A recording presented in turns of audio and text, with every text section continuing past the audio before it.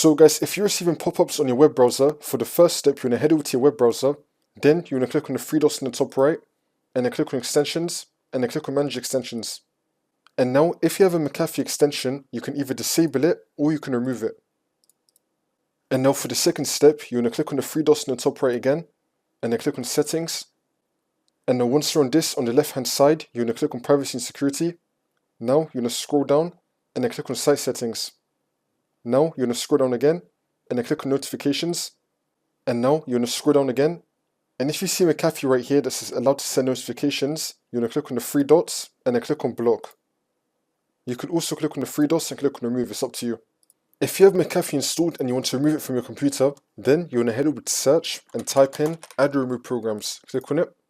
And then once you're on this, you're going to scroll down till you find McAfee. Once you find McAfee, you're going to click on the three dots, click on uninstall, and then you want to uninstall it.